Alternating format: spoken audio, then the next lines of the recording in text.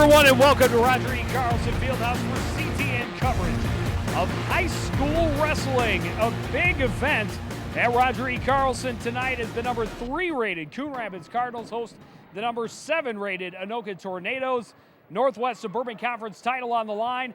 The Three Stooges with you here.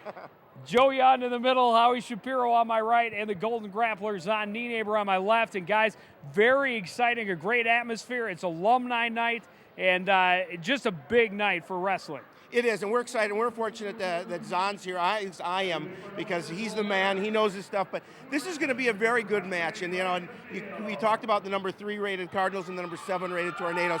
It's going to be close. We're going to have to see exactly, I think, and Zon will get more into that, where the matchups are best rated and which wrestler has the most advantage at what weight class.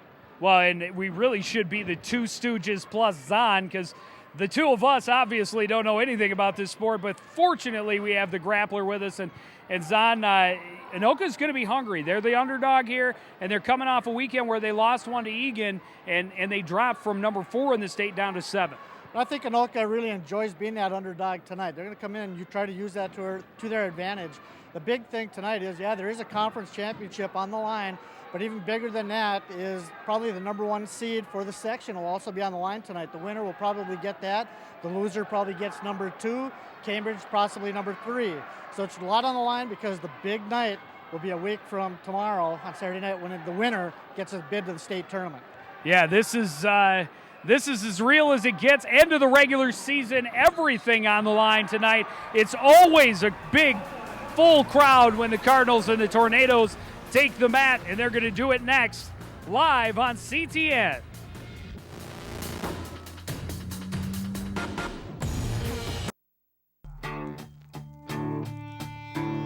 It's one life.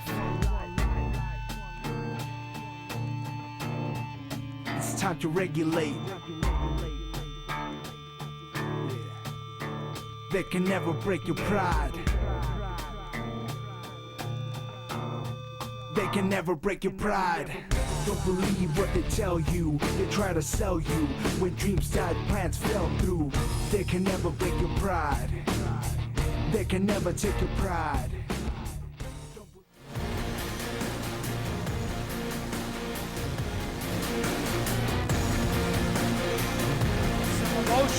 Some emotional meetings between these two teams over the years that we have followed them. A little better than 10 years now. This is our 11th season here with CTN, and there you see the rankings. Cardinals at number 3 in the Anoka Tornadoes, actually number 7. And, guys, there's a lot of emotion in this building, and there's a lot of excitement. And Zon, you can obviously attest to that and speak to it. You're a lot closer to this program. This is something that is special tonight. Well, right now, just being introduced, there was Jake Dietzler and Seamus O'Grady, who right now is scheduled to meet up at the 160-pound weight class, both currently ranked number 1 in the state. Dietzler, a 2-time state champion. Yeah, that should be exciting. There's the prospective lineups. We'll see Clay Worley for the Tornadoes against Luke Stocker to start things off at 103. Jeremy Beeman and Karen Nix take the mat at 112. Tony West will take on Kyle Anderson at 119. Kyle Bajan and Mike Murphy will wrestle at 125. At 130, we'll see Jake Waste for Anoka against either Chris Anderson or Antoine Baldwin for the Cardinals. Jamari Tucker takes the mat for the Cardinals at 135 against Zach Threadgill. 140, it's Corey Smady for Anoka against Mike Cullen. At 145, Zach Antilak for Anoka will take on either Carter Adams or Scott Gorham. And whichever doesn't wrestle at 145 of those two will wrestle at 152 against Luke Ducharme at 152. At 160, the matchup that Mr. Knee Neighbor just spoke of, Jake Dietzler for Anoka and Seamus O'Grady for Coon Rapids, 2 number 1 seeded wrestlers. Josh McCain or Travis Miller for Anoka at 171 against Eric Berdahl. Nick Creamer will get Travis Elwood for Anoka at 189. Cardinals will send out either Joe Sullivan or Dusty Johnson at 2:15 to take on Jason Engstrom. And the heavyweight matchup features Jake Kettler against Robbie Neeson. And now we pause and turn our attention to the flag for our national anthem.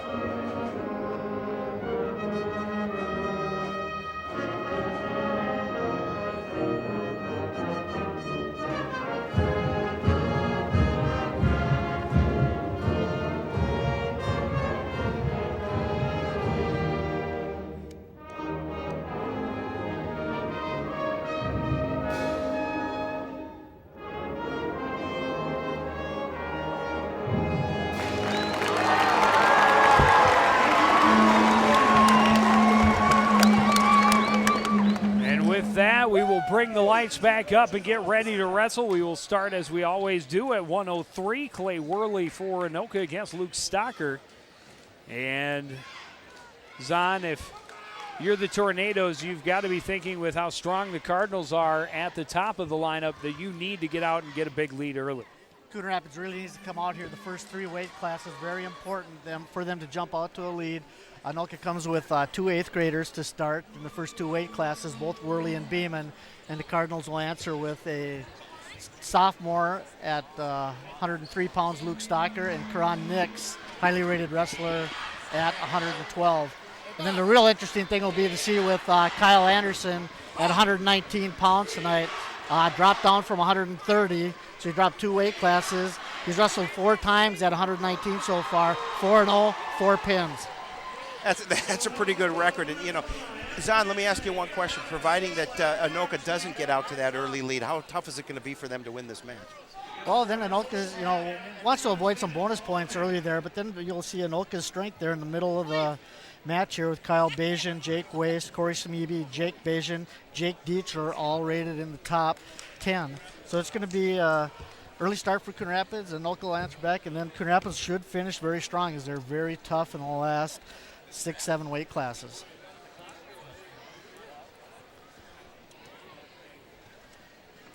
Well, it'll be interesting if indeed O'Grady and Dietzler meet up at 160, because that's an incredible battle. Right. Well, we've got 3 number 1 rated wrestlers there right in the middle, depending on where they wrestle at. Now, Carter Adams is number 1 at 145 pounds. However, last night he did wrestle at 152 pounds against Andover. Jake Bajan, currently ranked number 3 at 145, was number 1 in the previous rankings, but Adams had dropped down from 52 to 145. So change those rankings a little bit. Jake Dietzler ranked number 1 at 152. Seamus O'Grady, number 1 at 160. And there is the opening whistle, and this 103-pound weight class is underway. Worley with the early shot for the single leg. And a good job by Stocker to splay out and keep away from him. And now turning it into a takedown.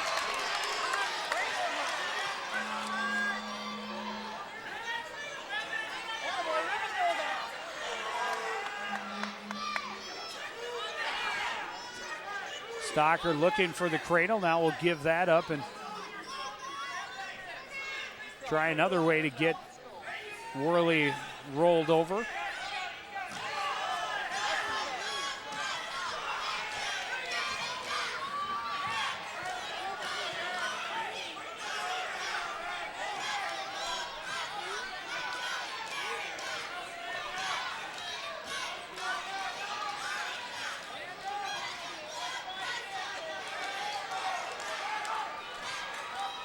Stocker unable to make much progress at all towards getting Worley flipped over.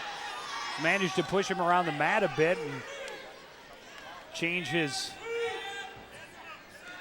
position and his method of attack, but really no progress. Luke has come out here, but he really hasn't done anything here getting close to near fall points, and he scored a fairly easy takedown there to start the match. Now, Anoka here is being warned for stalling, and he's, Worley's job here is to come out here and, obviously he's going to try to win the match, but he definitely wants to avoid some bonus points either. He doesn't want to give any bonus points to the Cardinals early in the match. Now, do you know if these two have any history against each other this year? I don't believe so this year. Yep. Well, one's an 8th grader, correct? Yep. Yes, Clayton Worley is an 8th grader. Luke Stocker is a sophomore. Now, okay. Luke came off a tough match last night. He lost to Sam Stewart from Andover. Tough wrestler, lost a major decision last night. So we'll see how he bounces back tonight.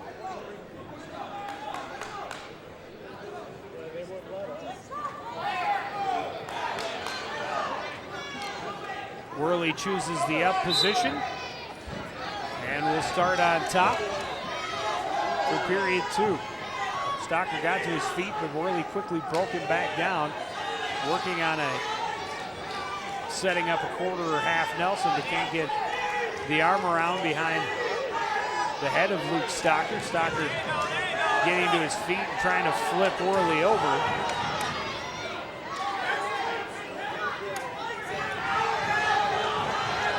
Worley doing a nice job with the half Nelson, working in before he breaks Stocker down to his base. That's something that a lot of wrestlers have really put in this half Nelson series, where they do it before the guy gets broken down. One that's really good at that is Jason Ness from the Gophers. And there Stocker's able to, as Worley gets a little too high, Stocker's able to reverse him to take the 4-0 lead. And again, looking for the cradle. And now has it and is flipping Worley over, and Worley in a lot of trouble. Look for him to get his knee into his side so he can slip the shoulder. There's the knee.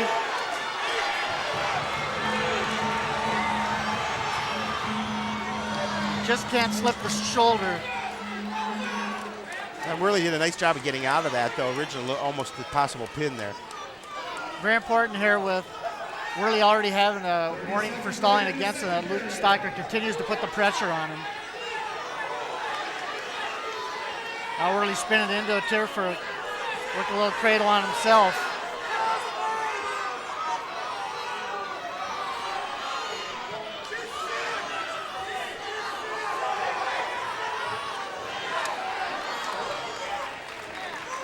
Stocker was close to being in some trouble, however, he's going to end up with a 7-0 lead as we come to the end of the second period.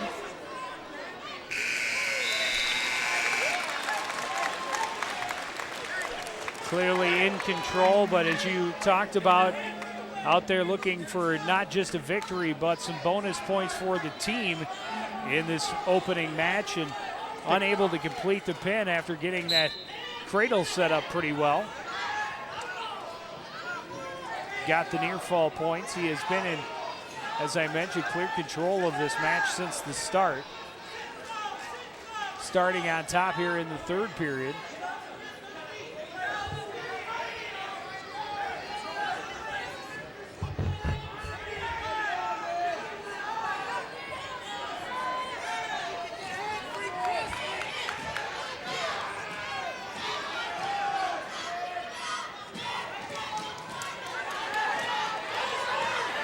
Almost had Worley rolled over, and now Worley getting into control and getting his first points of the match. There. Stocker got a little bit high, a little bit careless. Gives up the reversal. Still holds a 7-2 lead with just over a minute to go here in the third period. Obviously, he'd like to get the pin if possible, but is this an opportunity now here from just to wrestle and be satisfied with this 7-2 lead? Well, he's still going to have to continue working, because I'll tell you what, Worley's not going to stop. Worley's doing a nice job here too. He realizes, he's gaining some confidence here. He's only down 5. He'd still like to win this match, which would be an upset for Coon Rapids. Coon Rapids has to win this match. Stocker able to get back to his knees and almost able to buck Worley off.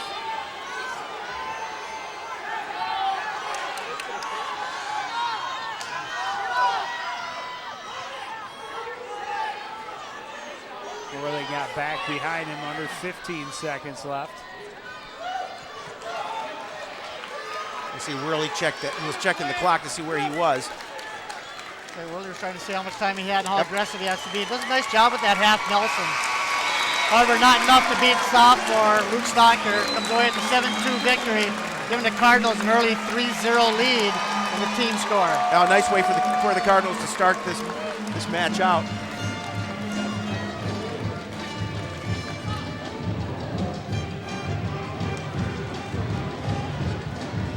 Moving on to 112 pounds, we'll have Karen Nix on the mat for head coach Bob Adams and the Cardinals, going against Jeremy Beeman. And a very quick takedown for Nix.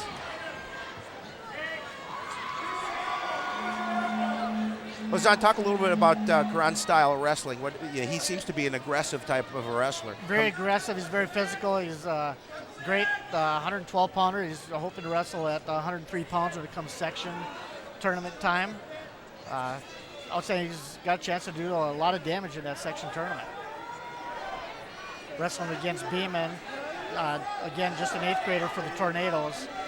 Beeman and Worley, the 3-pounder, have both been kind of switching off between 103 and 112, so they both usually will weigh in at 103, and one of them has to go 112, and one goes at 103, wherever Coach Springer feels his best matchups are. Nick's just going to let him go as he was running out of room over there and wasn't getting the combinations he wanted. Return to the center of the mat. You can tell he feels very confident from his feet, and I think he's going to look for something where he can get some type of pinning combination right from his feet, looking for bonus points.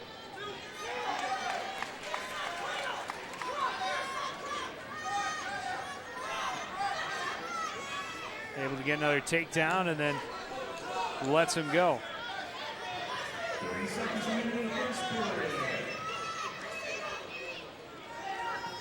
Cradle right from the feet. Beeman in a little bit of trouble, 20 seconds left in the period. All right, Coach Stronson calling for that move from the sidelines.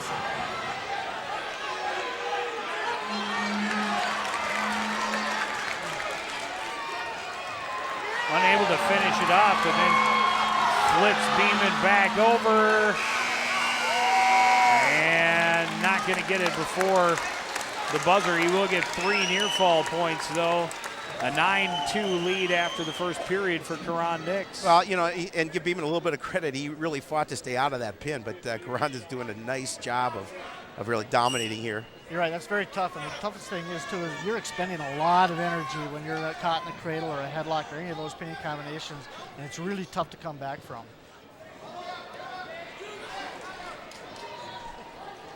He's going to let him go again. Oh, he's quick. There's no doubt about it. Karan feels he can dominate him from the feet, and he's going to look for that cradle again, I think, from the feet. There's a single.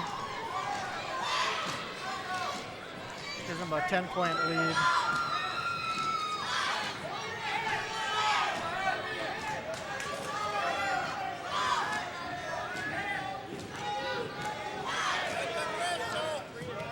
There's another warning for the first one this match.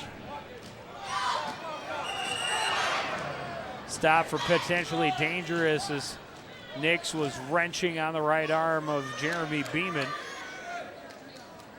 Another look at here. There's a little head in the armpit. Head slipped out, though, and it really does become dangerous at that point. Yeah, and Beeman looked like he was in a little discomfort at that point as well. Just a little. I probably would have cried. Not you. You're tough.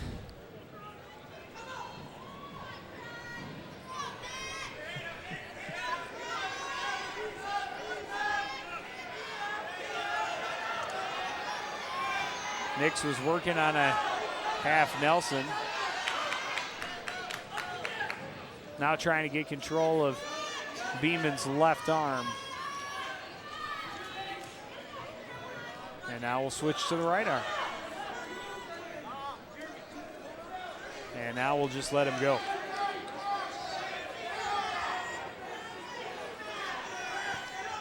"30 seconds remaining in the second period."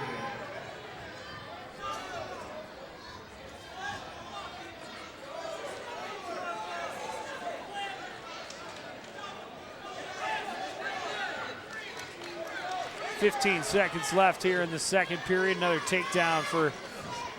He's been giving up the takedown right away. He's really trying to avoid anything dangerous. Just turning right to his stomach and immediately trying to avoid any type of pinning combination by Nix. 16-4 the lead for Karan Nix after 2 periods.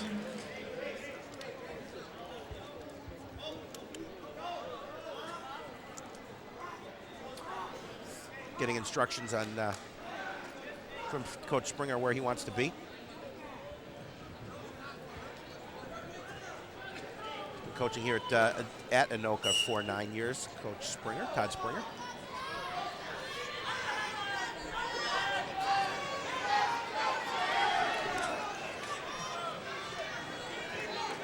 If we get a takedown here, put Nix up by 15, which would be the tech.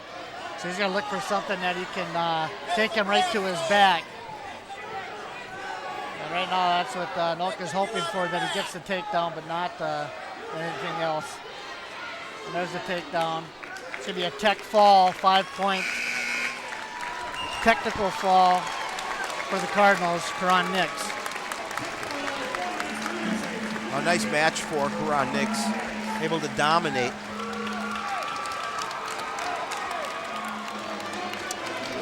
Gives the Cardinals a lead here. Continued lead. 8-0.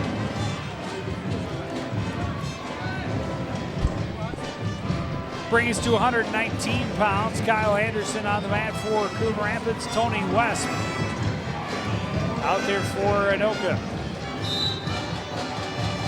Both Tony West and Kyle Anderson juniors. I don't believe they've wrestled here before. Kyle Anderson just dropping 2 weight classes. And from what I understand, West was a pretty good wrestler. Is that correct? Oh, yes. Neither wrestler ranked in the top 10, but still, this is going to be a good, evenly fought match. Well, nobody able to find any opening in the first 25 or 30 seconds.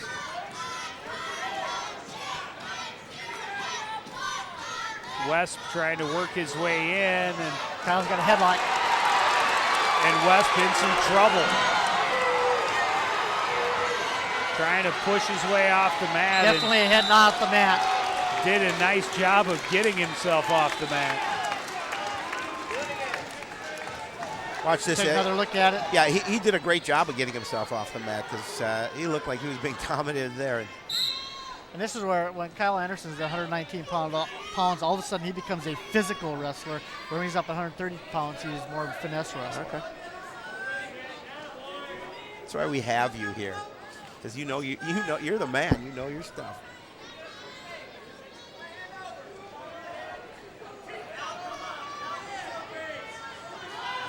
Looking for a cradle. And applying it. Should be a big victory for the Cardinals. Kyle Anderson can keep this up. Gets 3 more near fall points. 30 seconds remaining in the first period. An 8-point lead here in the first period. One thing too you always want to worry about and be aware of is being down 119, how has it affected any of the conditioning. However, Kyle's in very good shape, ran cross country this fall. Now he's got a half Nelson, and he's got him facing the right way. He won't be able to sneak off the mat. Yeah, and there's the pin. 11 seconds left in the first period. Oh, that was a dominating match. Oh, really nice to see because he's been working very hard to cut that weight. It's really nice to see him come out and have some success like that. It's a big win for him and for the Cardinals. Well, you see it again. There it is. The pin. Slap on the mat. Cardinals lead 14-0. 125 pounds, Kyle Bajan on the floor for Anoka. For Coon Rapids, it's Mike Murphy.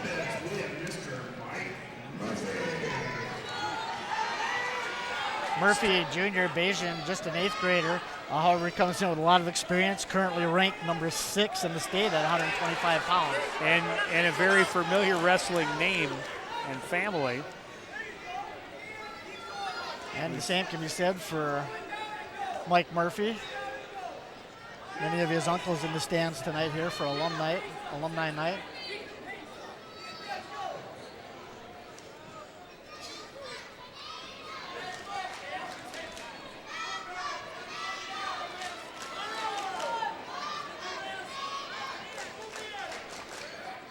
Starting kind of like the way the 119 match did, at least for the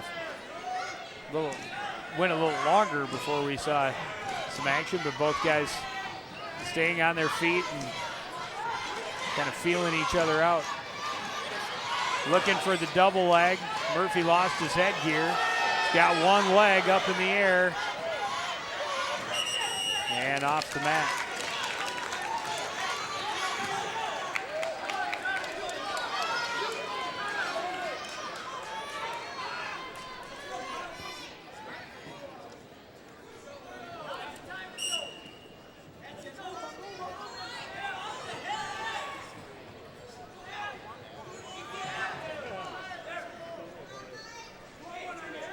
There's 30 seconds left in this first period, still no score.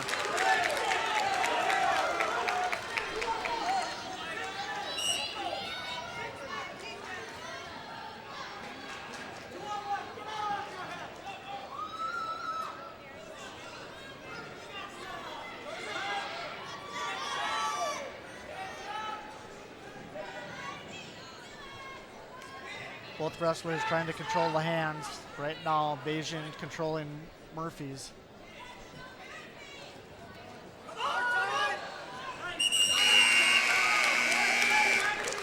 It's the end of the first period.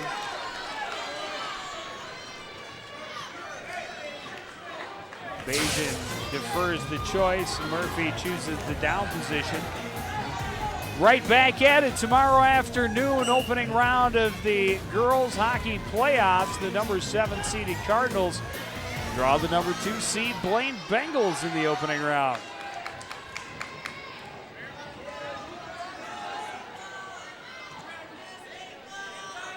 But both wrestlers, I'm just really looking for an angle. Like to get some points here, I'm sure.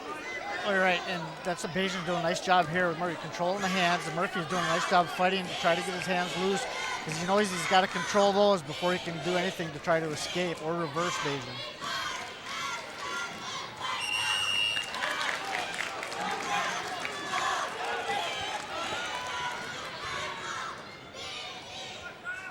I know Mike's had a nice year so far. He's had an outstanding year. Yep. Just fell out of the top 10 rankings this week. He had been ranked number 8 at 130 pounds, however dropped to 125 pounds. Lost in the shuffle there, and I wouldn't be surprised to see him back there before state tournament time.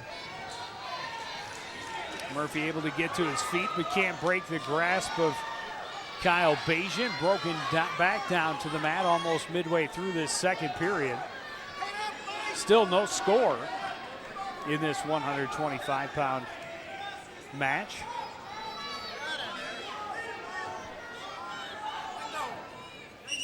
Bajan doing an outstanding job in the top position here, riding Murphy so far. Just over a minute into the second period, Murphy unable to escape. Really hasn't been close yet.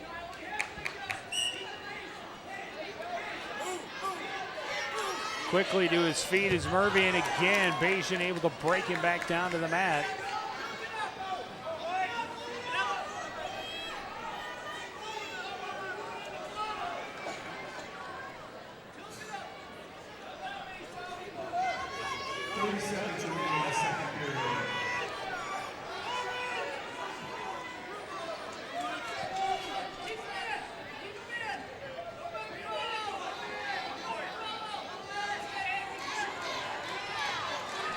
Back to his feet. Now he's got the right ankle of Bajan. 10 seconds left. Bayesian doing something that Anoka has always been very good at that right there. He always wrestled well at the edge of the mat. Felt himself in trouble and definitely pulled Mike Murphy off the mat. That was a good, smart move by Bayesian. Well, these two wrestlers don't want to give up any points, do they? Caution for Murphy, moving before the whistle.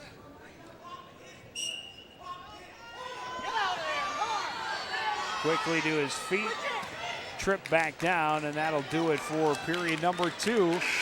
And we'll go to the third. Still no score between Kyle Bayesian and Mike Murphy at 125 pounds. Hazan, is there any, now you're going into this last period at no score. What kind of strategy these wrestlers are going to look at as they only have 2 minutes left, obviously, before maybe another opportunity? Bayesian quickly with, no. I'd say They almost awarded him that reversal. And then Murphy able to roll him back over. And a stalemate is called. Well, Howie, I think that with Bayesian underneath, he's at the advantage, especially having just been on. He rolled Murphy out for the entire 2 minutes of the second period. It's very important here that Murphy doesn't allow a reversal. If anything, he's got to give up the escape and then go for that takedown for a 2-1 win. But don't give up a reversal. Bayesian almost snuck around behind him again. Murphy holding on to his left ankle. Yep, potentially dangerous. Gets Murphy out of a trouble spot there. Like I say, that's going to be very important here that he doesn't give up a reversal, just gives up that escape and try to win the match with a takedown.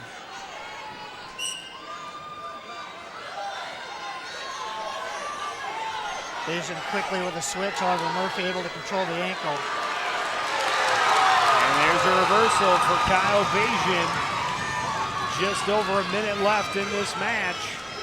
First points right there. Now Bayesian being told by coaches, both head coach Todd Springer, assistant coach Brandon Paulson, to ride him out and go for the 2-0 victory here.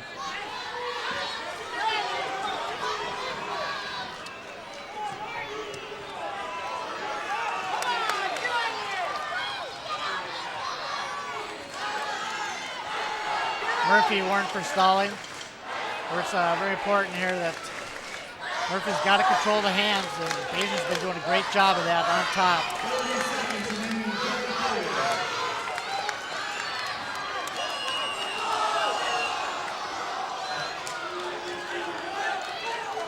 Ends up off the mat, 26 seconds left.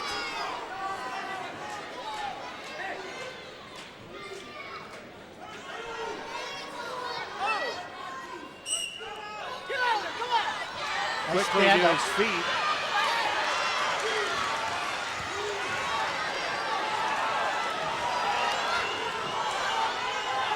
Murphy able to get to that stand-up, and that was so key because he got up very quickly before Bayesian was able to control his hands.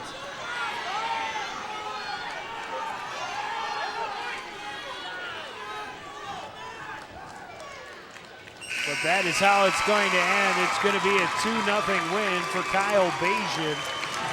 First points of the night for the Anoka Tornadoes. Take a look at the reversal there. Murphy does a nice job of holding on to his ankle, but as soon as he let go of that ankle, he's able to complete the switch and comes up with a 2-point reversal, the difference in the match. You see the score 14-3 in favor of the Cardinals.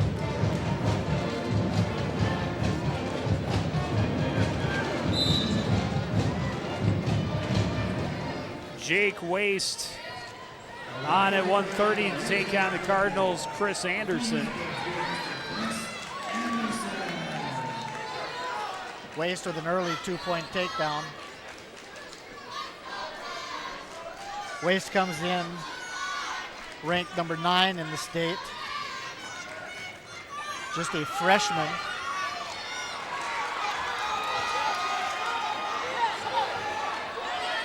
Waste lost his headgear. Anderson able to complete the reversal right on the edge of the mat. Almost had him in some trouble.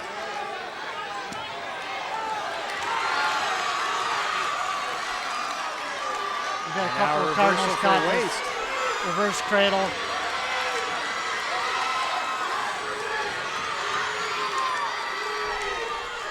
Worley almost caught Stocker in this in the first match of the night. Anderson doing a nice job to fight off his back. 3 near fall points gives Jake Waste a 7-2 lead in this first period. Waste coming out here and being the aggressor so far. You can see why he's a highly rated wrestler. It's our 5th match of the night, and it's our third we've seen 3 8th graders and a 9th grader for Anoka. So we're going to be definitely getting some great experience here in both Waste and Beijing, already ranked in the top 10.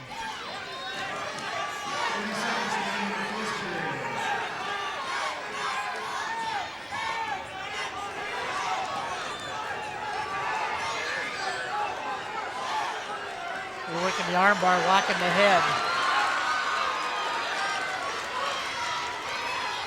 And Anderson in a lot of trouble. 10 seconds left in the first period.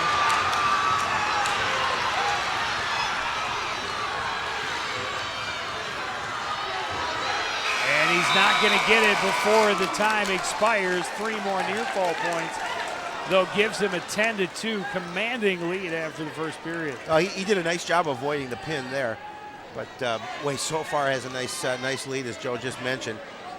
Does a great job walking ahead. Look, he uses that right leg just like another arm. It's almost like a half Nelson he's got on with his leg there.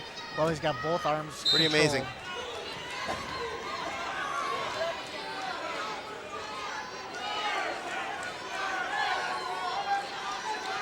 Waste starting on top here in the second period, trying to work a crossface. Now getting control of that left hand of Chris Anderson.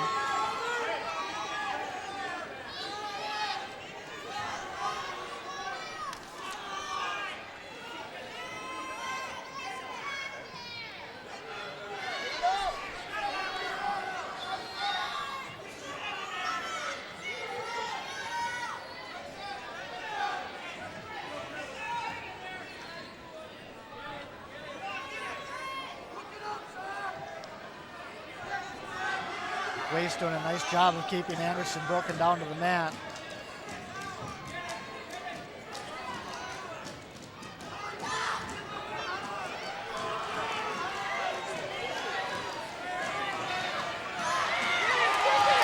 Waste had him in some trouble, and then Anderson found himself on top. Waste quickly back. Well, he got out of trouble really quick. Yes, and Anderson close to pulling it out there, but that's the case where Anderson's just not quite strong enough to hold Waste down there, but he almost caught him in a headlock there.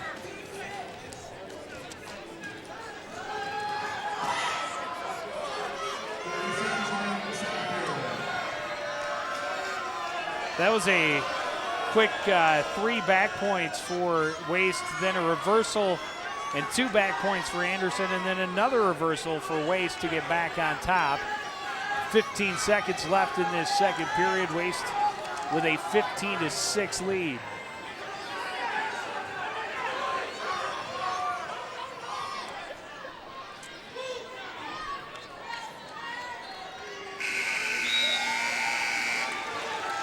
Take another look at the reversal here. Now right about here, now all of a sudden Anderson feels it, gets his head. However, he's just way too high, unable to slide his hips through. Waste does a nice job of fighting out of it.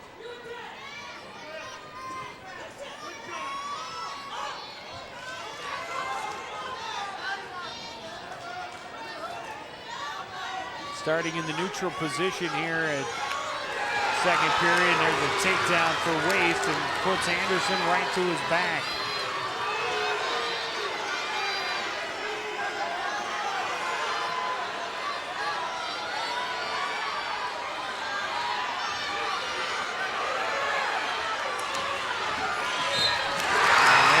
Pin, and the Anoka fan base erupts. Oh, it's a wild one in here tonight. There's no doubt about that, and a nice win for Anoka. They cut the lead to 14-9.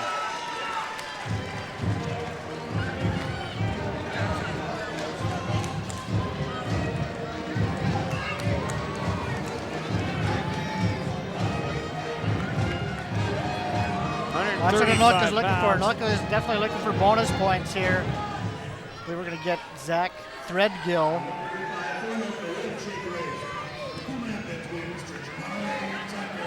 Jamari Tucker in, got that one leg trying to complete the takedown and does. Talk a little bit about Jamari's wrestling skills, John.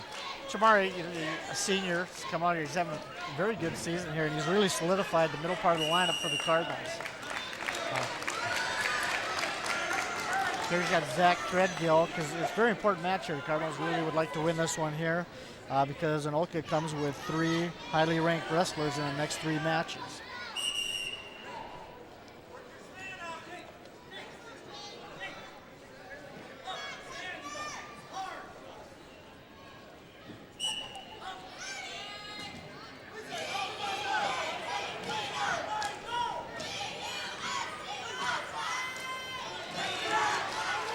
Stand up by Threadgill, able to control the hands, and Tucker gives up the escape.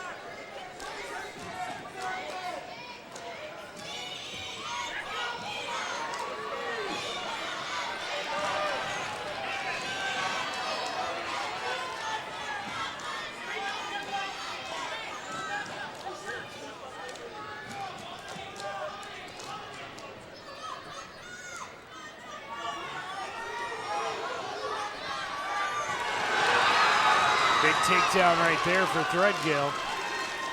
Nice throw.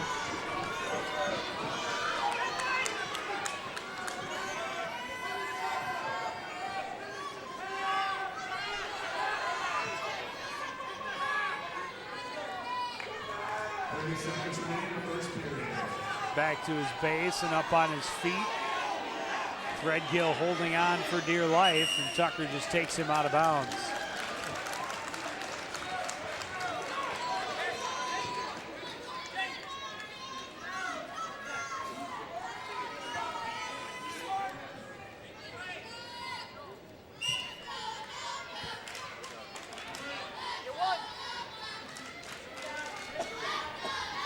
.15 seconds left in this first period.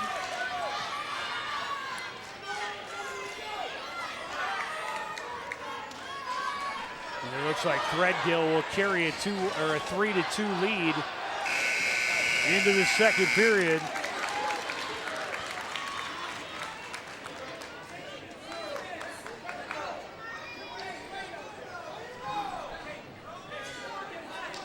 Take a look at the throw there by Threadgill. Almost had Tucker in a lot of trouble. Tucker starting on the bottom here in period number 2. Very important here when you start in the bottom in the second period that you need to score some points. Murphy was unable to score from the bottom in his match during the second period. It's very important here that we can get either a reversal or an escape. We need to score some points from the bottom.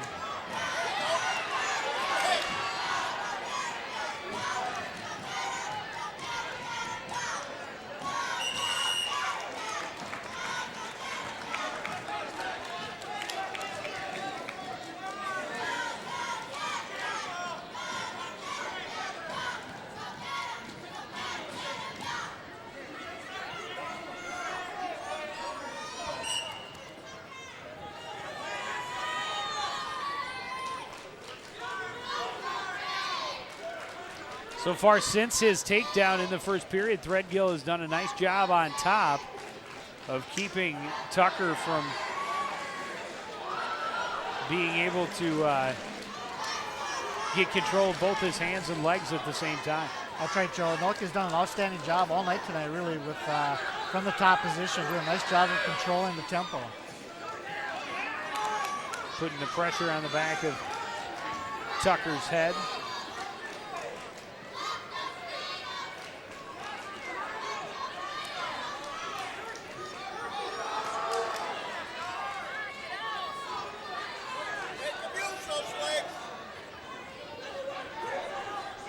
A little more than 30 seconds left here in second period. We haven't seen any score, and Zion, you talked about it. You start on the bottom, you need to score points in this second period. Especially he's down by 1 here, so they're going to put the pressure on him in that third period.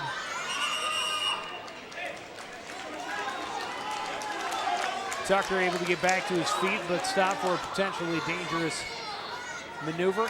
18 seconds.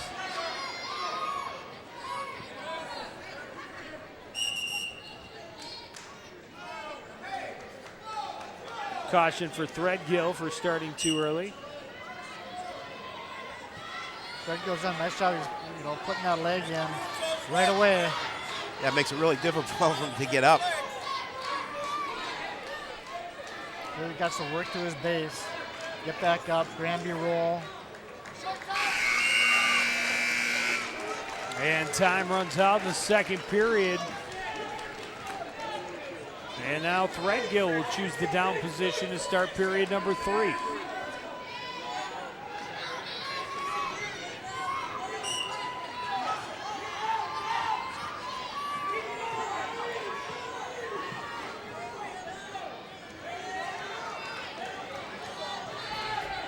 Tucker able to break him back down.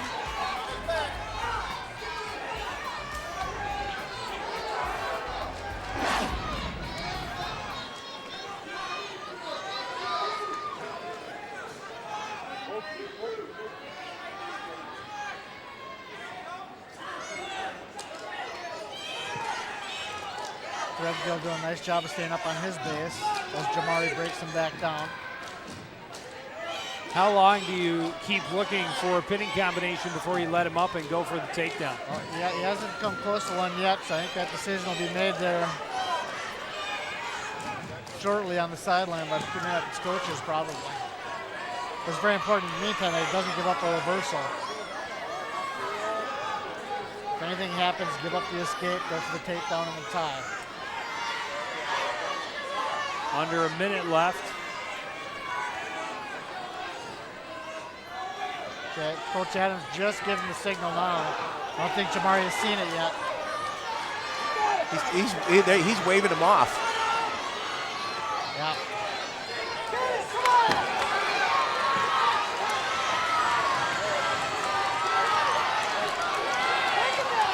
.30 seconds.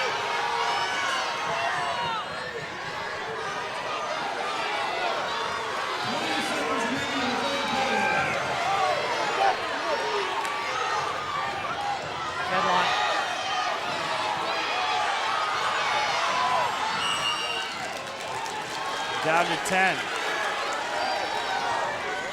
Tucker needs to explode off that whistle.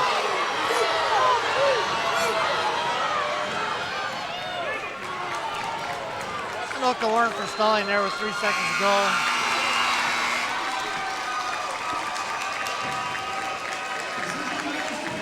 Well, let me ask you a question, Tom. Where do you think the Cardinals felt they would be after this match in terms of points?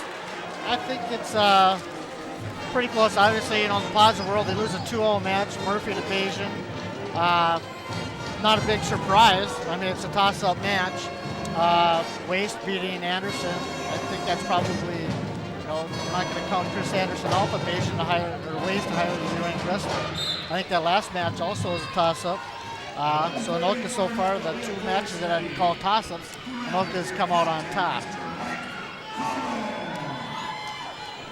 Mike Cullen for the Cardinals taking on Corey Smaby for Anoka. Smaby, a senior, ranked number 6 in the state at 140 pounds. He's a very good wrestler. Talk a little bit about Mike Cullen and his wrestling Mike skills. Cullen, very outstanding wrestler, comes off a state tournament appearance last year. Yep. So this is going to be an outstanding match also. Mike dropping to 140 pounds. Throws the headlock on and tried to get Smaby down and ended up almost giving up a takedown instead, but they end up off the mat.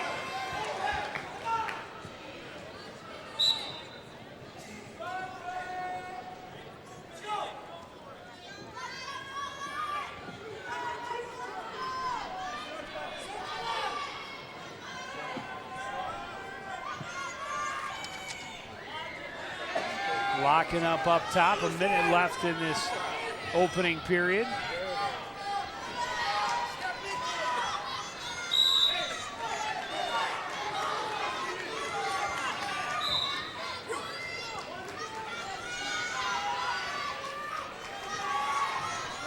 Coach Johnson was trying to get Mike's attention.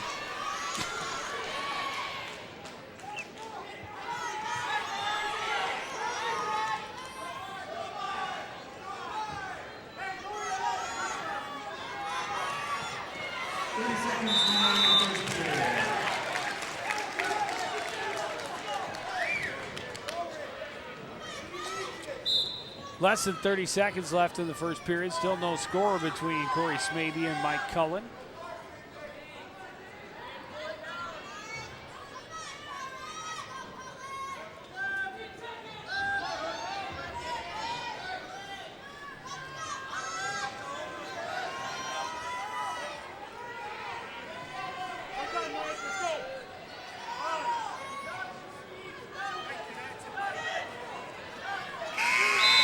Cullen got the throw and got behind him, but too late.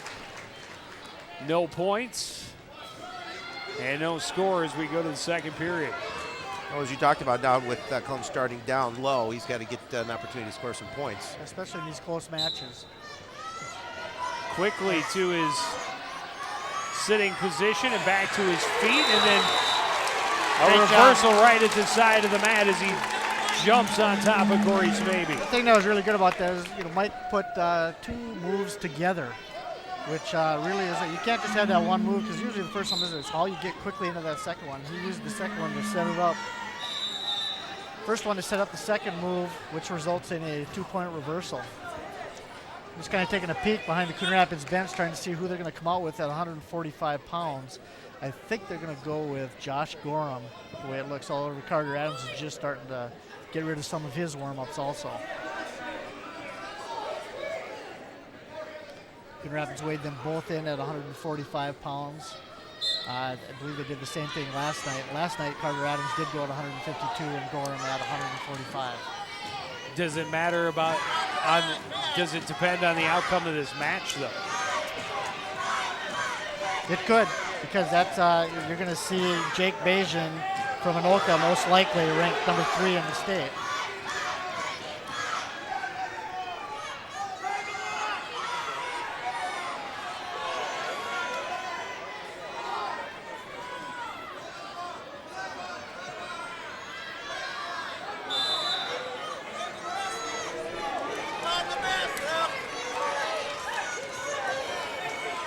Coach Johnson talking to one of the officials about something.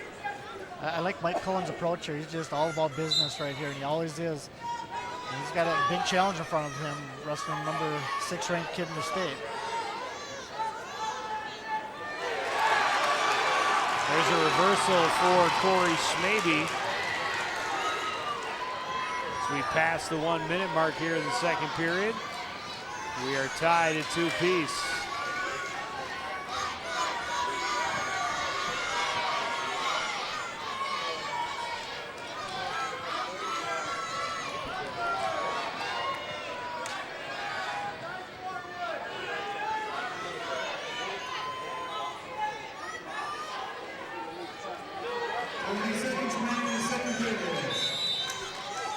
Off the mat.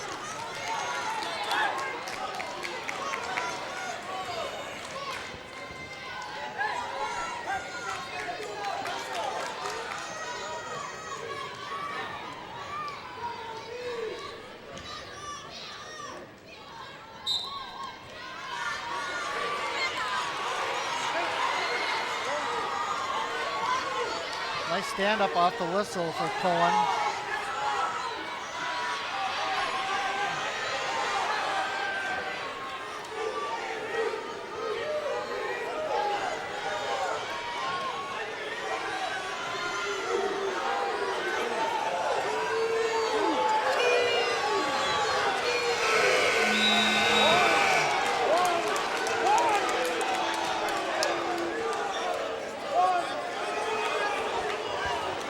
Cardinal fans wanted the reversal at the end, but our officials discussing it.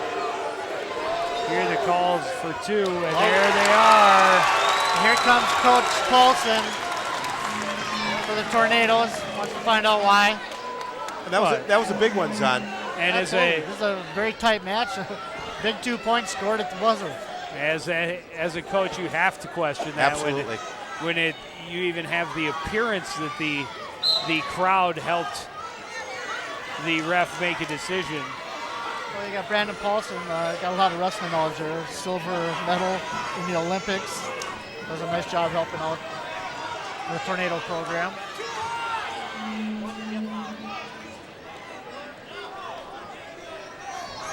So Cullen starting on top here in the third with that 4-2 lead.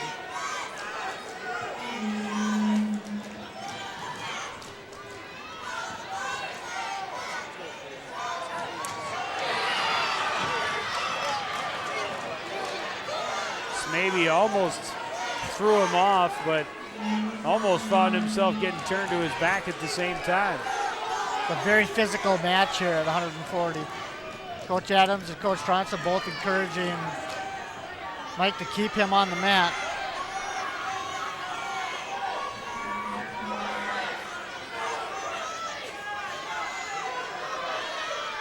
Under a minute to go now. Yeah, and obviously this at this point, it's the endurance too that really pays off for a wrestler. I believe it is. The endurance is so important for all wrestlers. But I think both of these guys are in outstanding condition. We're now in February. We've got about 3 weeks left in the season. These guys should all be in peak physical condition. Just like the three of us. Yeah. Oh, a very quick turnaround and a reversal for Schmaby. And then a quick reversal back the other way for Mike Cullen. Nice job. They matched switch for switch. Both come out with a great move. And it's Mike Cullen, very smart wrestler too. I mean, when you get switched like that, you're really susceptible to a quick re-switch, and that's exactly what Mike Cullen did. So Cullen, even though he is a very solid wrestler, this kind of considered an upset. If he's able to hold on. Right, this would be an upset on paper, but I would also say that this is, this would be a toss-up match. Two outstanding wrestlers. Cullen able to break him back down. 5 seconds left. Very smart. And that'll do it. That's so key. He avoided the reversal, just gave up the escape there with 5 seconds to go, because the reversal would have tied it. Boy, great, outstanding job by Mike Cullen. Yeah, that was a nice job by Cullen. You're right, Joe. Bob Adams is over here at the bench. He wants to see who Anoka is going to put out there before he decides whether Josh Gorham or Carter Adams is going to get the call. There you see it there. Mike Cullen getting the win, putting the Cardinals up 17-12.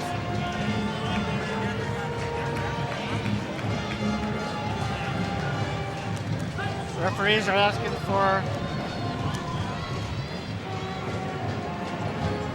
Jake Bajan. We're going to get Bajan. Is going to come in for. This is going to be Scott Gorham for the Cardinals.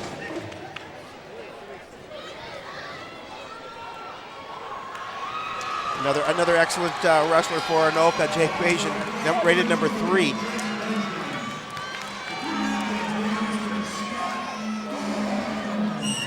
Let's just talk about the strategy here for the way that Coach Adams chose Scott Gorham here against Bajan.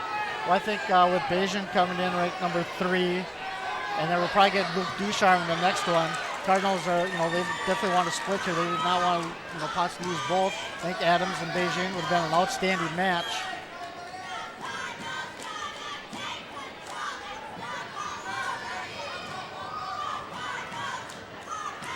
We'll probably have to wait for the section tournament to see that one. Bajan with that takedown right on the edge of the mat.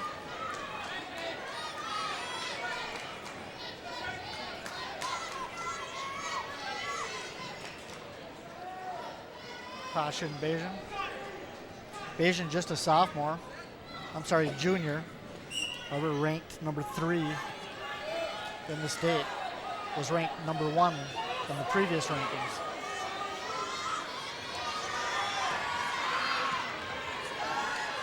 Gorham able to get back to his stomach and avoid some back points. Where is Scott Gorham's strength, John? Scott Gorham's really solidifying this lineup also. Did not wrestle. He had a torn meniscus in his knee early in the year. He came back from that about halfway through. This is only about his, I'm not sure, 12th, 13th varsity match this year. But when Carter Adams dropped down to 145, really creates a great opportunity here for Josh Gorham. Now between 145 and 152, they both been weighing in at 145. Really makes the Cardinals tough, and it gives them some flexibility in their lineup. Bajan working an armbar, trying to get Gorham turned over. Under 30 seconds to go in this first period.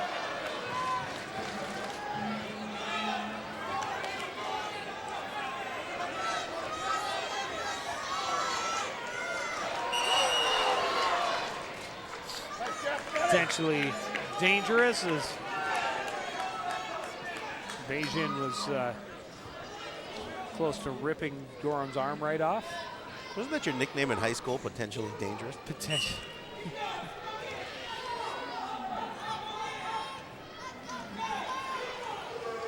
That's only when they were talking about my breath.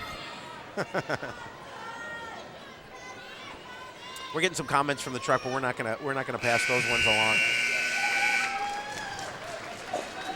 So Gorham doing a nice job of getting out of a couple sticky situations, only giving up that 2-point takedown. Bajan defers. Gorham goes to bottom position.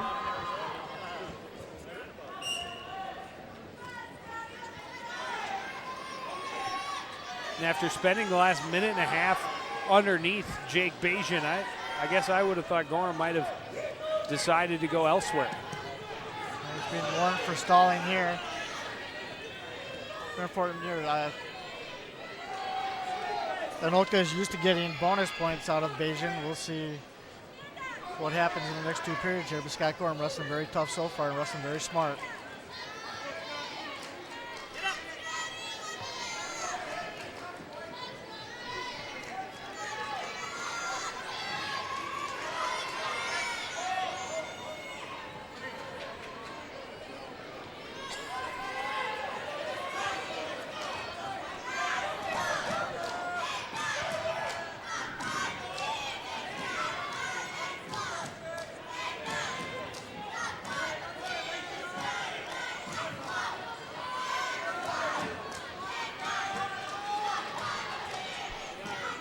Important here. This guy's got to do a little bit more of what he's been doing down there. He's going to get warned.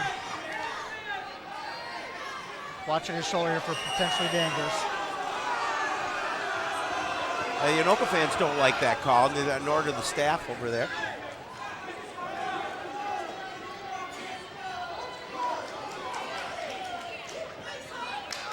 Gorham gets awarded 1 point for his escape as he likes to start from the feet.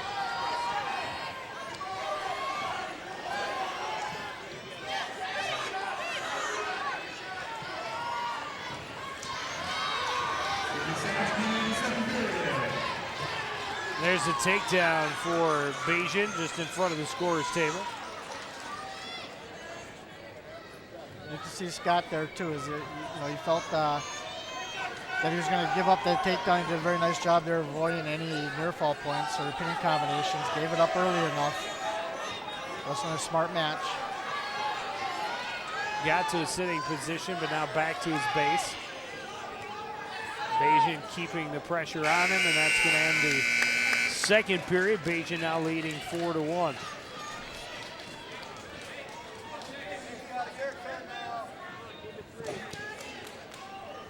Oh, and with Bajan starting in the down position, it a little concerned for Coon Rapids with that 4-1 lead.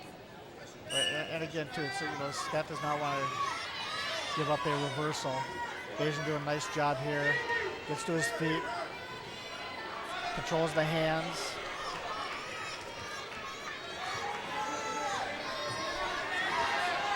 He's going to get the reversal. Gorham wanted to avoid that, but now it's going to be very important that he wrestles smart here and doesn't get turned to his back, because Bajan's going to be looking for some bonus points for the Tornadoes.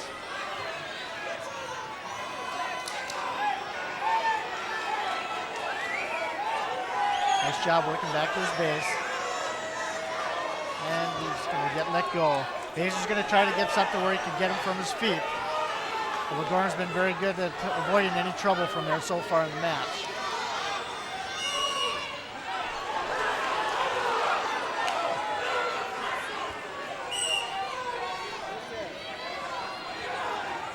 Got it in on a double leg. Switches to a single.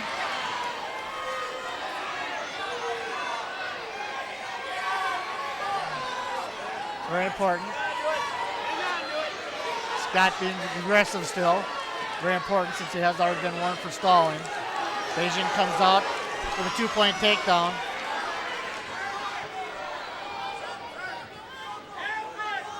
And now an 8-2 lead. 35 seconds left. And Beijing might want to let him go and go for another takedown, try and get a major decision. You have to trade him 2-for-1s twice to get it. There's a 1-point reversal, potentially dangerous. So 1 point for the stalling.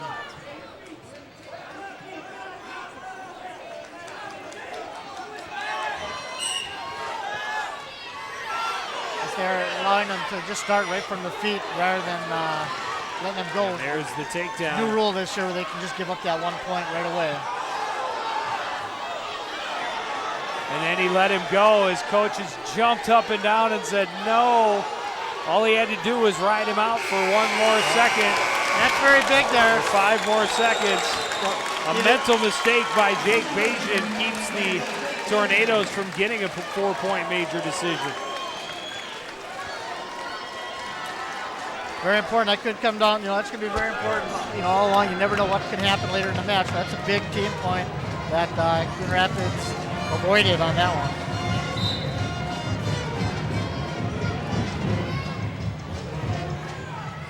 Carter Adams comes out and quickly goes after Luke Ducharme and gets the takedown, then lets him go. What do you see in this one, Zahn? Obviously, Carter Adams waiting at 145, going up to 152. I had a pin yesterday doing the same thing versus Andover. I was going to go against Luke Ducharme here, sophomore for the Tornadoes. The Cardinals would be favorites in this match, and it's very important that they just basically wrestle to their rankings down. The Cardinals would be all right. However, it's just a 17-15 team score so far as we reach the 152-pound match.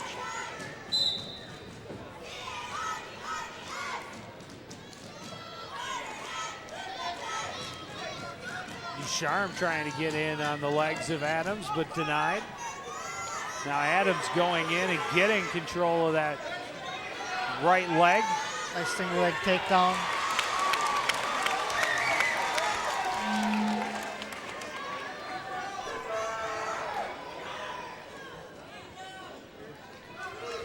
And he'll let him back up.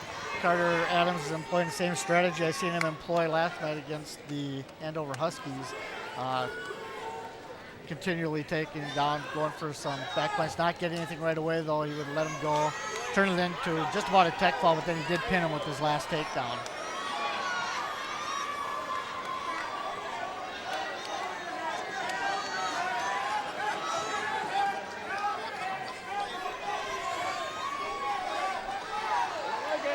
Well, that was kind of an interesting exchange that started with a fireman's carry a long time ago and then ended up with Ducharme wrapped around his body and it looked like he was going to have a takedown that he didn't. He didn't get any points out of that series. Just got a couple, but that one you were speaking about. Takedown at the end, and he will have a 6-2 lead after the first period.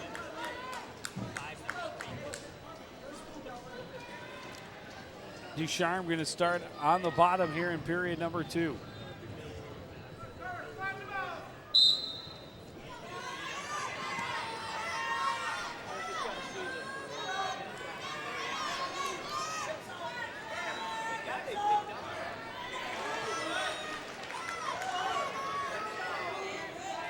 Ducharme did a nice job of getting to his feet, and Carter just let him go.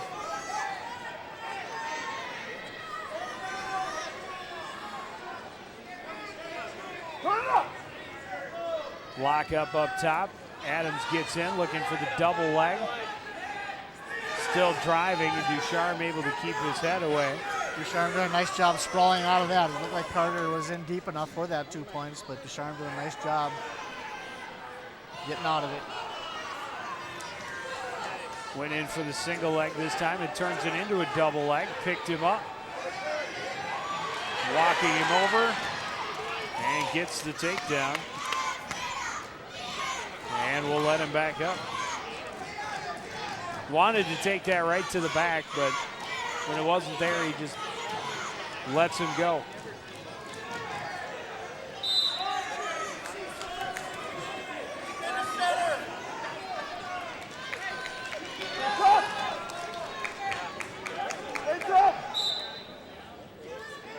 Adams looking very good from the feet so far tonight again. He too, a very aggressive wrestler. Going in again, looking for the fireman's carry, switching into the double leg. Just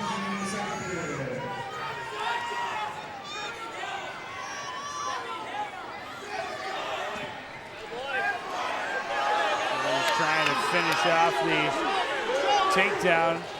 And Will looks at the clock and will, I would guess, just ride it out from here for the last 10 seconds of this period. Now in front 10-4.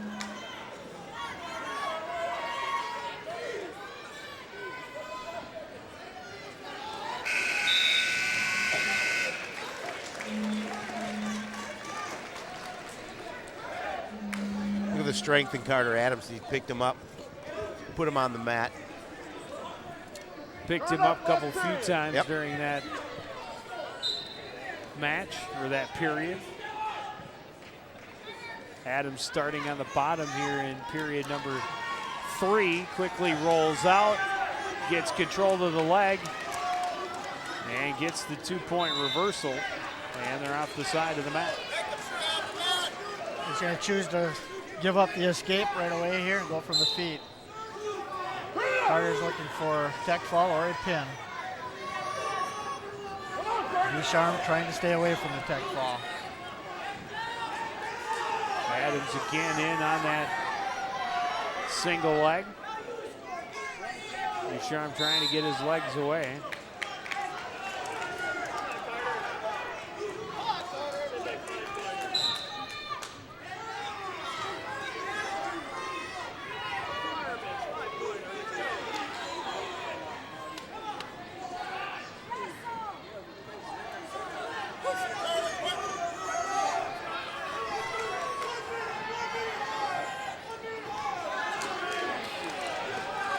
A warning for Ducharme for stalling.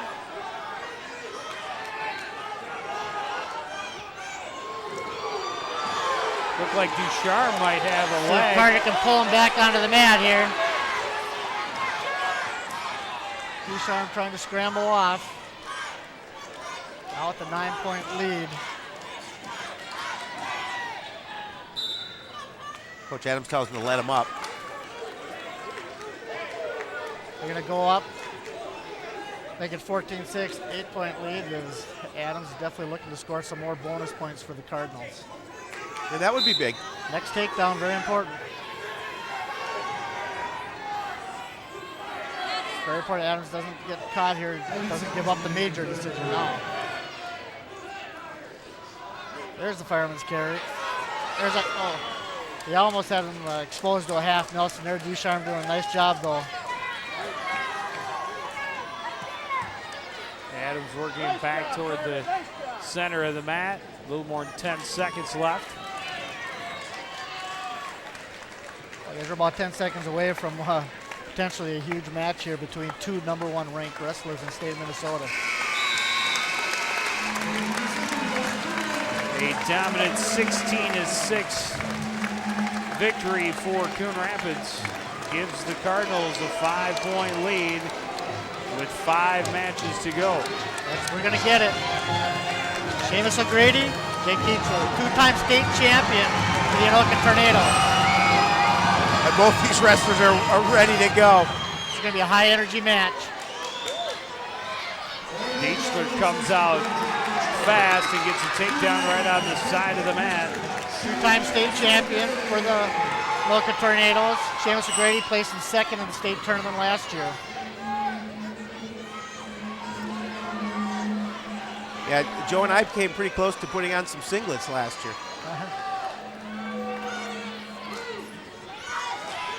Dietzler's already verbally committed, I believe, to the Gophers I think I did for read next that. year.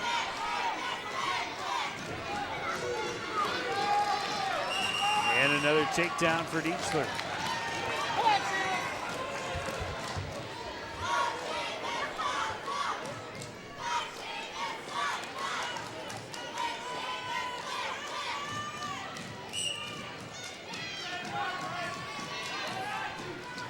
O'Grady to the sitting position, back to his base and up on his feet. Dietzler trying to swipe that left arm underneath him. Well, we just have one loss between these two wrestlers this Pretty year. incredible. O'Grady losing to a highly ranked wrestler from North Dakota in the Christmas tournament. Dietzler working on the right arm, but O'Grady using the left arm to try and bring the leg in.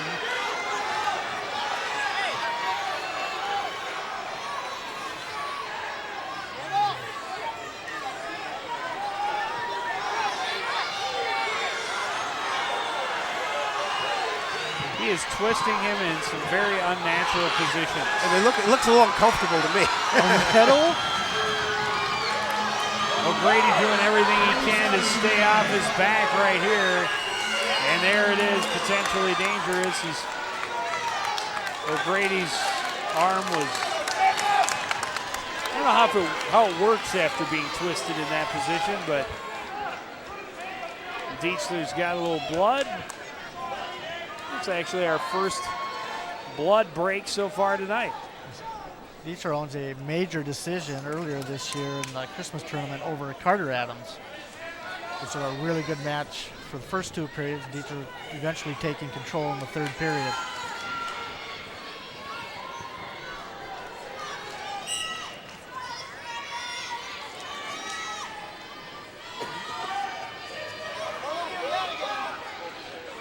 And again, he goes right back to work on that arm. Right.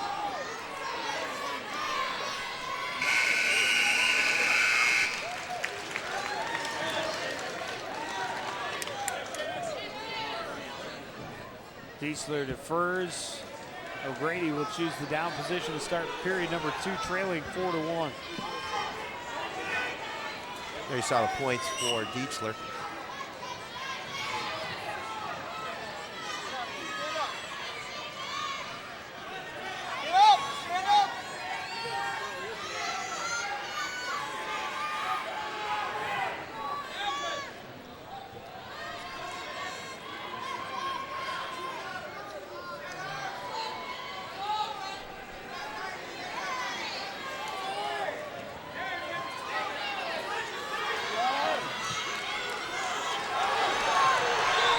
Continuing to work that quarter Nelson and use the arm.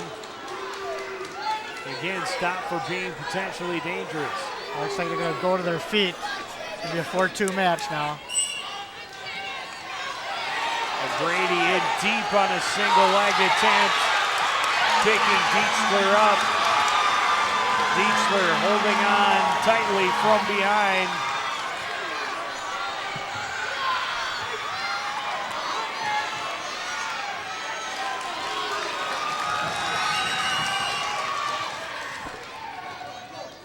Takedown for We've got another Dietzler. more blood. Just before the stoppage.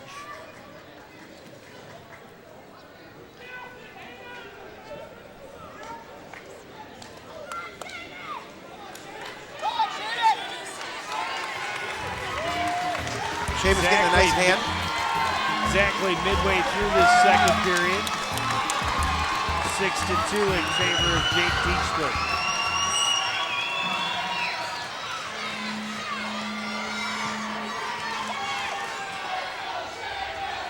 And again, he quickly attacks on that arm. Puts all of his energy into that, getting that one arm, and then able to use that to control the rest of his opponent.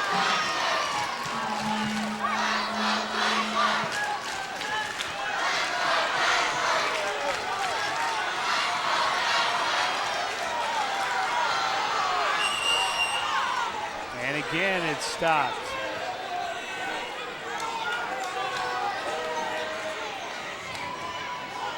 .26 seconds left, period number 2.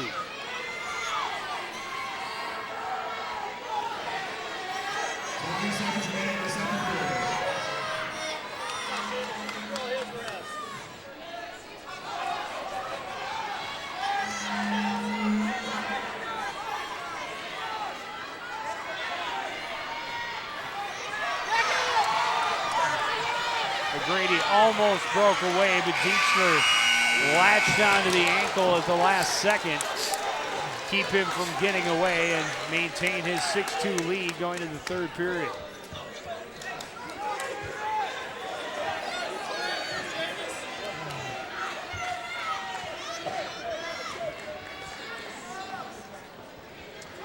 A little more blood work there for Dietzler.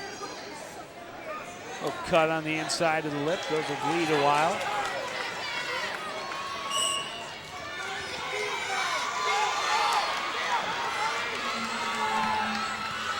Dietzler dives in and trying to complete another takedown. O'Grady trying to get his leg, but won't.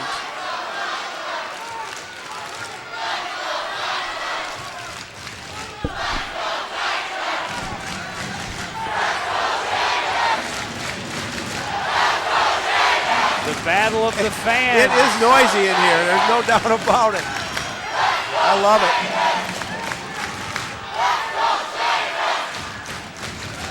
Let's go Sheamus versus Let's Go Dietzler. Well, I think we've probably been saying it wrong because I think I'm hearing Dietzler. Is it Dietzler? Yep.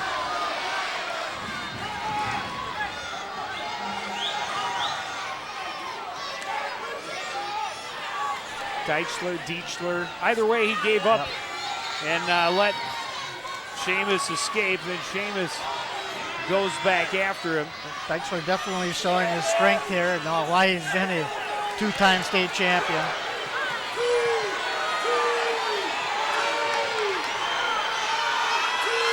O'Grady on top, hasn't been awarded a takedown. The Cardinal fans are calling for it.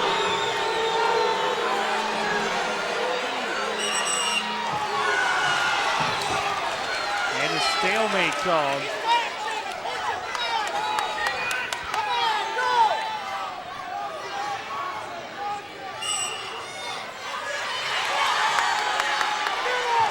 Brady quickly dove in and had a leg, but legs that kept him from getting to it.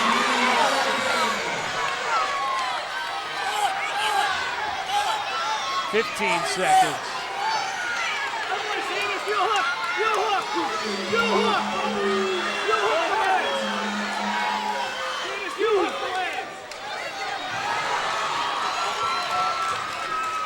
Get a 10-3 victory for 2-time state champion Jake Dietzler. An outstanding match for both men.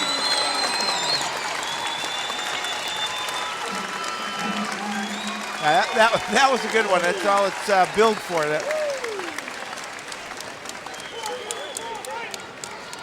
Cardinals up 21-18.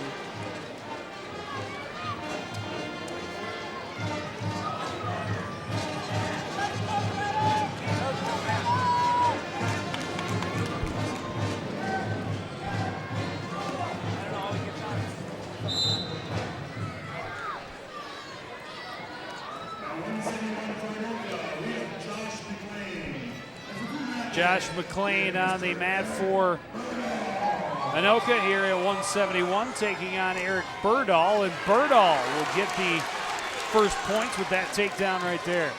Now Berdahl comes in rated number 3 at 171. He's really just kind of been I won't say a surprise, but he's just gradually been climbing in those rankings all year. Earlier this year, he won a tournament, individual tournament, first one he's won in high school. He wrestles a lot of freestyle. Was he rated to start the season?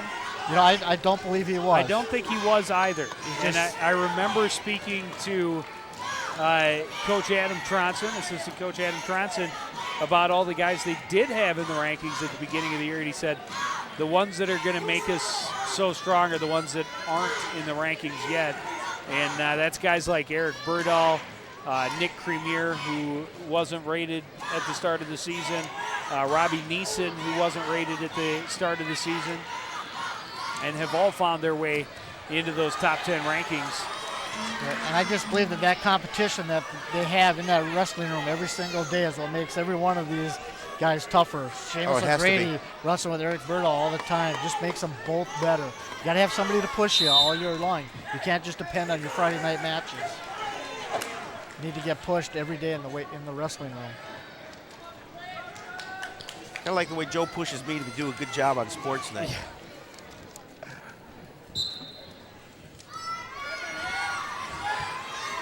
McLean able to get to his feet quickly, but broken back down by Berdahl. Down to 20, just over 20 seconds left in this first period.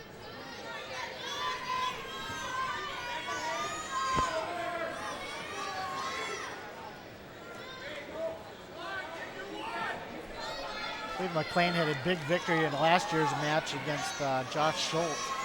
That was one that Coon Rapids felt they needed, and McLean came through with a big win for the Tornadoes on a night that they really dominated.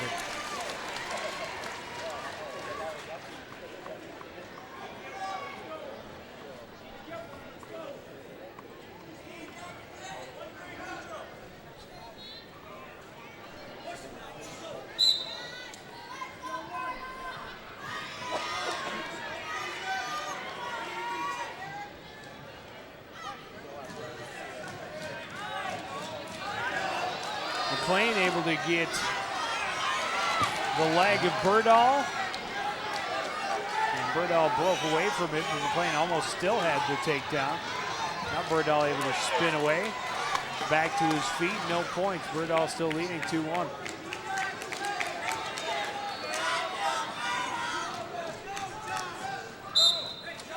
And off the mat.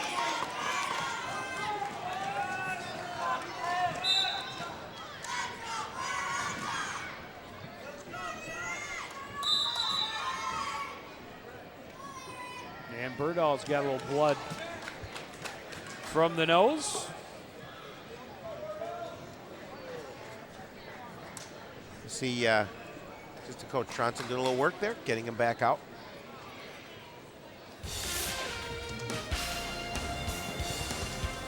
Cotton balls. Cotton balls. Very important part of the wrestling ready kit.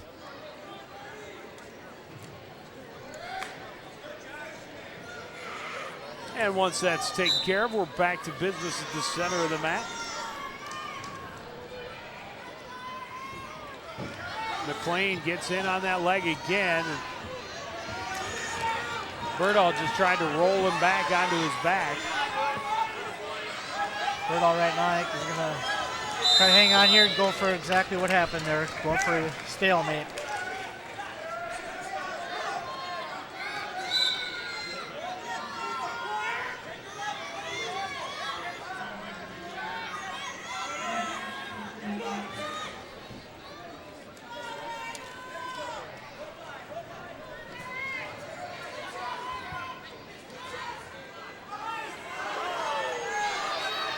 Berdahl tried to throw him over with the headlock and does get behind him for the takedown.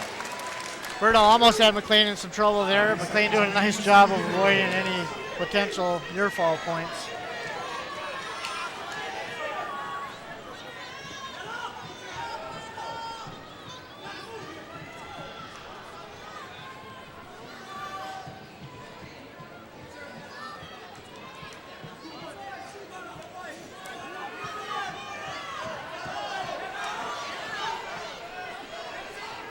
McLean able to get back to his feet, and Berdahl lets him go over on the side of the mat just before the end of the period. Berdahl will lead 2-4 going to the third period, and he will choose to start from the bottom position.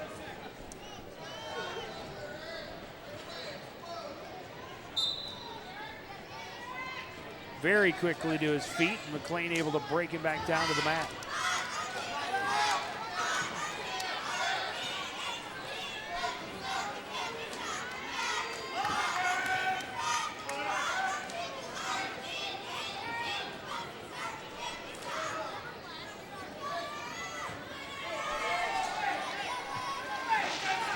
McLean doing a nice job of countering every one of Birdall's escape attempts, and now just lets him go.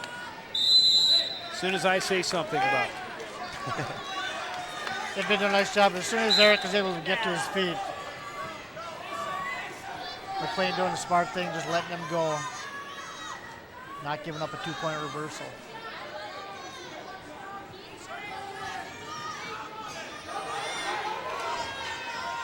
McLean able to get the left leg of Eric Birdall. Birdall did a nice job with the whizzer there.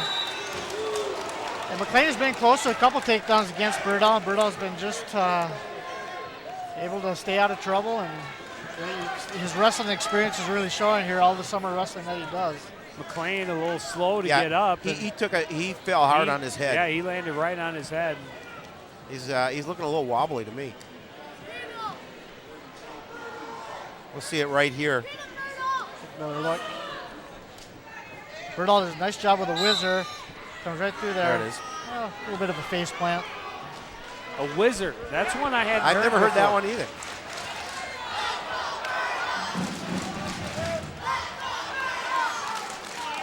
Well, McLean has been cleared to come back. A little dazed, but not too confused to keep going. Birdall wrestling Like with that a one. lot of confidence from his feet right now. Little Led Zeppelin reference. Anytime I can work in the Zeppelin reference.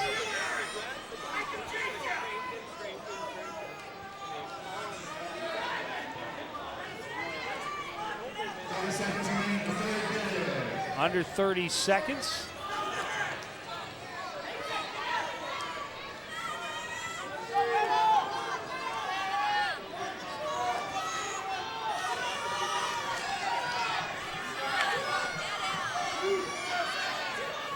With a 3-point lead here, just under 10 seconds. Very important. Birdall is smart here and doesn't give up anything goofy at the end of the match.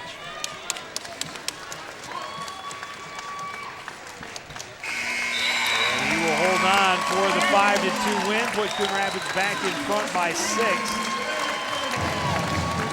With 3 matches left now. We haven't really seen that. We've seen a lot of close matches here tonight. Haven't seen really too much domination by One pin one particular wrestler or on another. either side. Of course, the big tech fall by Karan Nix way back at 112, but yeah, these last handful, he had a 4-2 match, a 6-5 match. Beijing got the better of Gorham at 145, and Adams got the better of Ducharme at 152, but other than that, they've been pretty tight. Well, Nick's had a nice year, rated number 4 at 189. And he's another guy that I don't believe was rated at the beginning of the season. Nick Cremier starting out with a quick takedown on Travis Elwood here at 189. It's actually Miller. Travis Miller, I'm sorry. It's a headlock. And now he's got Kramer. Miller in some trouble. Like you see him slide his hip through right there. Now if he can just arch his back a little bit. And there's the pin in just 50 seconds for Nick Cremier. Oh, that was huge and a big And win that means for Nick. the Cardinals cannot lose. Puts them up by 12. The best Anoka can do is come out and get 2 pins. And I'm just going to go out on a limb here. You're not going to see Jason Engstrom and Robbie Neeson end up on their backs both tonight. I just don't see that happening. I'm with you on that one. Cardinals have presented Jason Engstrom. Coach Springer's waiting to see.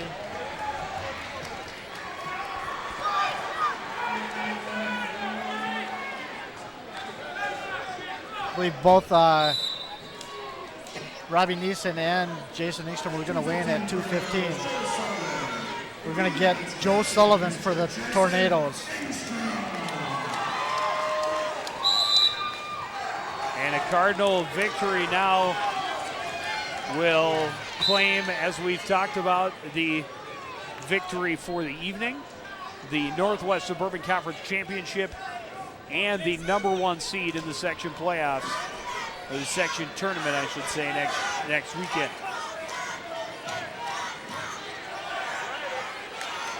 And what happens in the event of a tie? It just ends as a tie, right?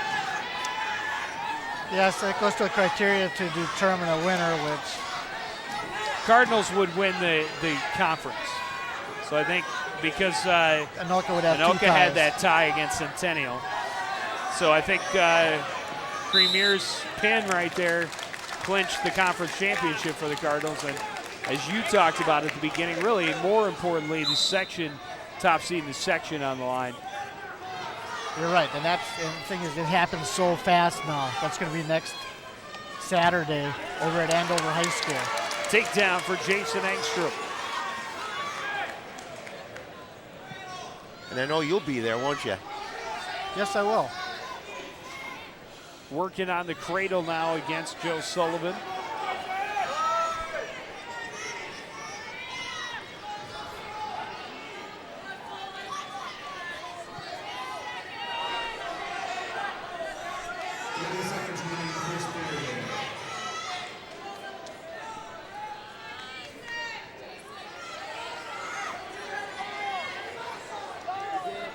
Engstrom, a senior captain for the Cardinals, comes in ranked number 5.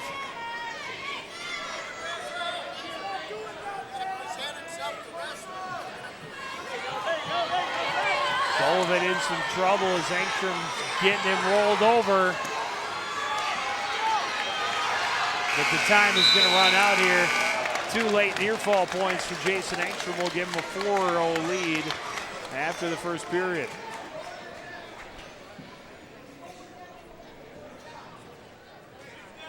Engstrom will start on the bottom here in period number 2.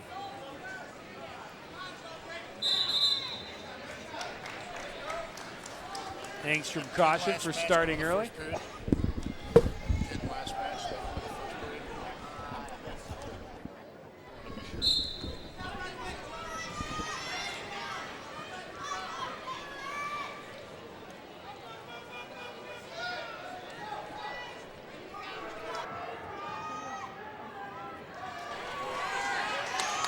Engstrom to his feet, able to get the escape.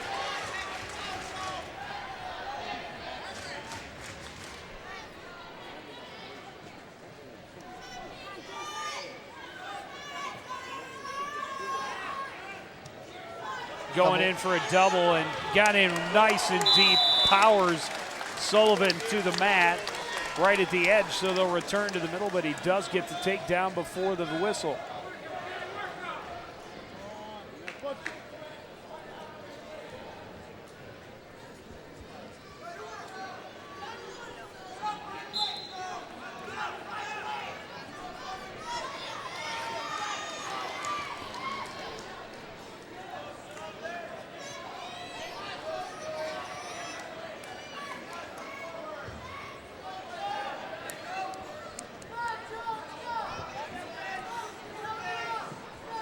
Again, working on getting Sullivan's arm wrapped in tight, now working for the cradle.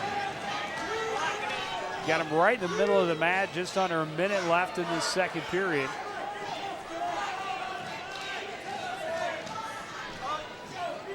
Jason's got it locked up. And now Sullivan is done in 3 minutes and 18 seconds.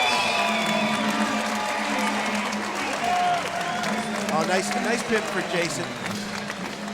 Cardinals with that now 36-18 lead. A lot of reason to celebrate for the Cardinals tonight. A huge, huge victory and an undefeated conference championship for the Cardinals. Robbie Neeson trots out to take on Jake Kettler. Now, these two have wrestled before, correct, John? Yes, they've got some history. I know at least 2 matches. Last year, Kettler winning on a last-second takedown after Neeson had the lead right at the end of the 3rd period. Really finished off a great night for the Tornadoes. And then they did wrestle in the Christmas tournament this year, and Kettler did get a pin over Neeson. However, now Kettler ranked number 3 in the state, and Robbie Neeson has jumped up to number 6. These two may see each other a lot over the next 2 weeks between the team sections and individuals.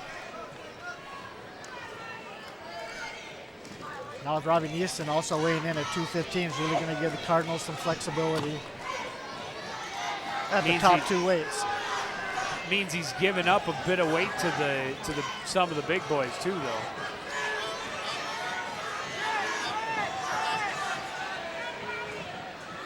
I mean, when you look at going up against a guy like Sam Marish, for instance, who's close to the 275 mark in pure muscle. Oh yeah, there's definitely advantages and disadvantages. Takedown for Kettler. But it gives the Cardinals the flexibility to wrestle the Inkster wherever they want. Neeson in some trouble. And doing everything he can to roll, but he will be pinned in the first period.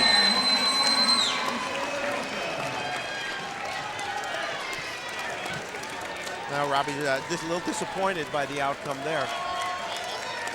I'll bet he's more than a little disappointed, but got to be happy with the overall result. It's a 36-24 win for the Coon Rapids Cardinals. They are the conference champions and most likely the #1 seed in next weekend's section team tournament. Take a short break. Be back to wrap things up from Andre Carlson after this.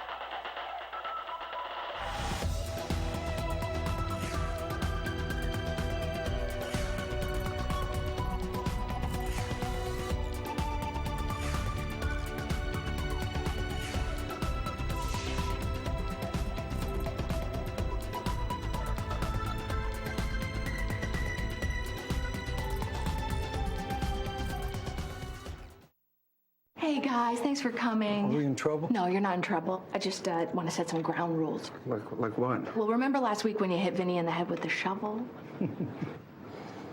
I do not recall that. Of course not.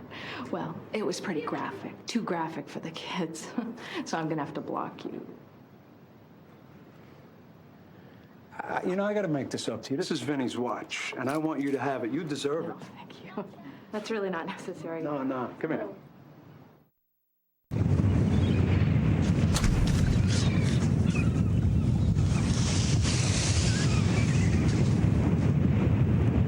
Check it out, man. What is that? It looks like someone's belly. Yeah, probably lost it walking on the beach. Man, just leave it. Let's go.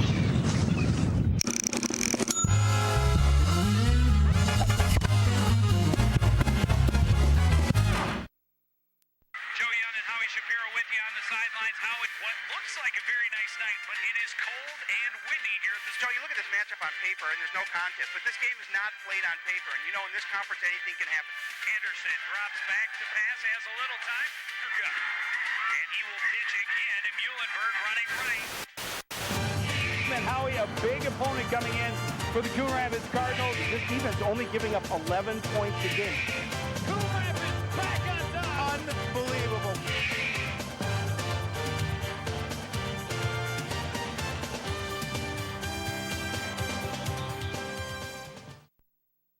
All right, Commissioner, hold on. I'll tell him. Honey, it's Phil. The gold reserve is being attacked. Tell him I'll be right there. Don't forget to shut the window.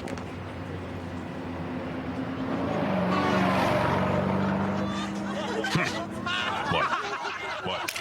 All right. What's the joke? What's so funny?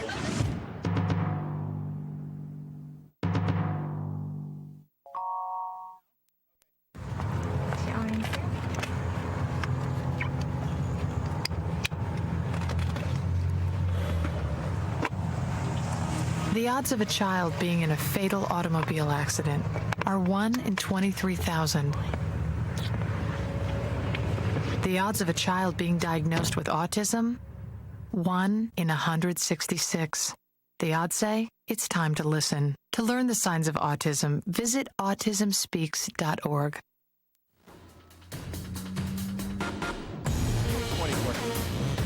Welcome back to Roger E. Carlson Fieldhouse, a victorious Coon Rapids Cardinals wrestling team, 36-24 over the Anoka Tornadoes. To my left, Nick Creamier. To my right, Jason Engstrom. Nick, I'm going to talk to you first. Talk about this win. How big is it for you guys? You know, it was a huge win. We came into this match and they're the number 8 rated team, and we knew what we had to do, and we stepped it up and we did it. You got that pin awfully quick. What was your strategy going in? My coach just told me to get down to business right away. I was supposed to pin the kid, so I did my job. Congratulations.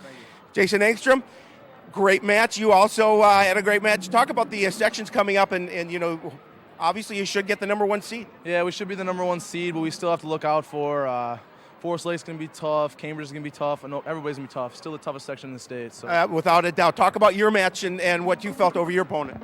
I knew that I was the better wrestler going in, but I just still had to take him. Couldn't take him lightly. Still had to go after him.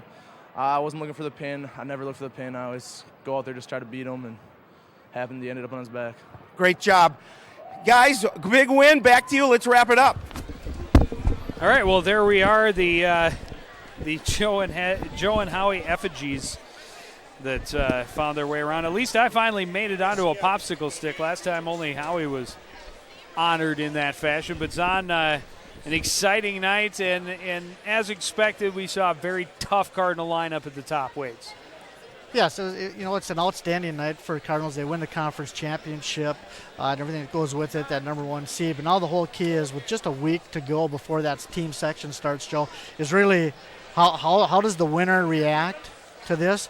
They can't get too high because, boy, you got sections next week. And same thing, the loser coming into this, you can't get too low. I mean, because you got to bounce back quickly. You can't feel sorry for yourself, and the Cardinals can't be feeling too good about themselves either, because they're going to have to do it again next Saturday against. Cambridge is in there also. They're ranked probably number 4 in the state now. I'm not sure how it is, but with Anoka dropping, Cambridge is coming on here at the end of the year.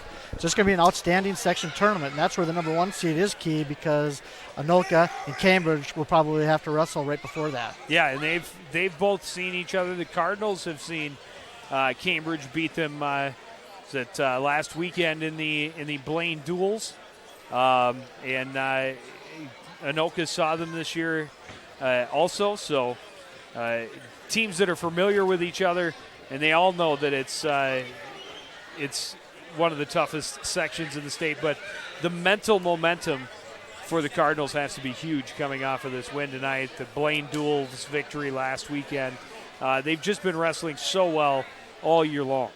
Yes, and they're coming into it, they're reasonably healthy going into it. Now it's just a matter of getting the job done, because it's been their goal from day one at the beginning of this season is to make it to the state tournament as a team.